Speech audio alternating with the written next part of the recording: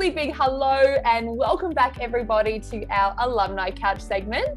My name is Corinne and today with me I'm very excited to introduce Sophie from the Community Defib Project. Yeah, so thank you. So my name's Sophie. I'm a registered paramedic and a qualified paramedic with New South Wales Ambulance, but I also am the founder and the chair of the Community Defib Project, which is a not-for-profit organisation that installs community or publicly accessible defibrillators to vulnerable communities across New South Wales and expanding quite rapidly. So I completed a Bachelor of Health Science of Paramedicine and I graduated in 2019 as a part of the Paramedicine program.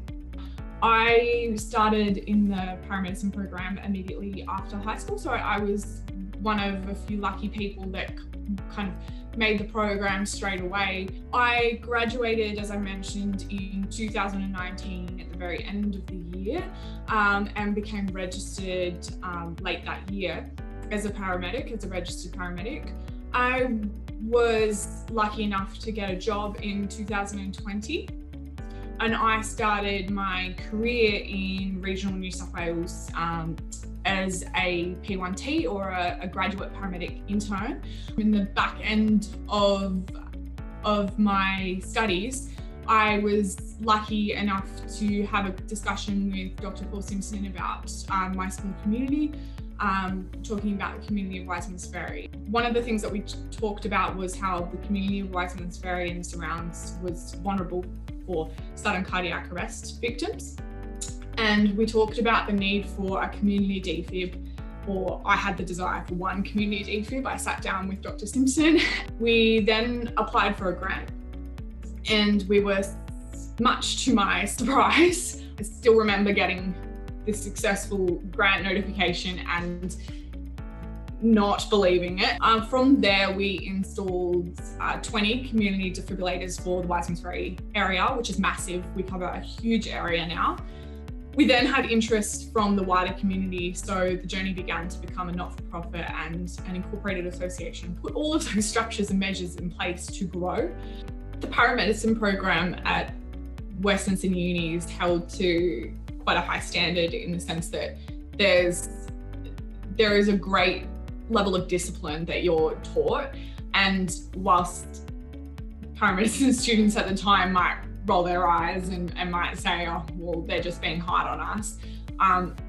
I've noticed the difference since you come out on road as a paramedic and you're treating patients and you learn and understand why you need to be disciplined and why you need to do things a certain way and why you were taught things. I think for anybody, going out on road for your very first day is a massive highlight of your career, and that's something that I will still remember clearly, and I hope I remember clearly for a very long time. But I think you go out on road on that first day with the very best of intentions. You have all the training and all the knowledge behind you, and you walk out on road bright-eyed and I guess in like a deer in headlights, so to speak. And I think remembering that as a highlight of my career, being that first day to know I've made it on road, I've made it to a job, here I am. Another highlight of mine was winning the New South Wales Health Ministry, it's 2027 News Ministry of Health's Healthier Communities Award as a part of the New South Wales, I'll find the words for it, the Young Achiever Awards. I was recognised as a part of, and I'm going to have to check the year, it was this year, I think, 2021, Young Woman of the West, highly commended.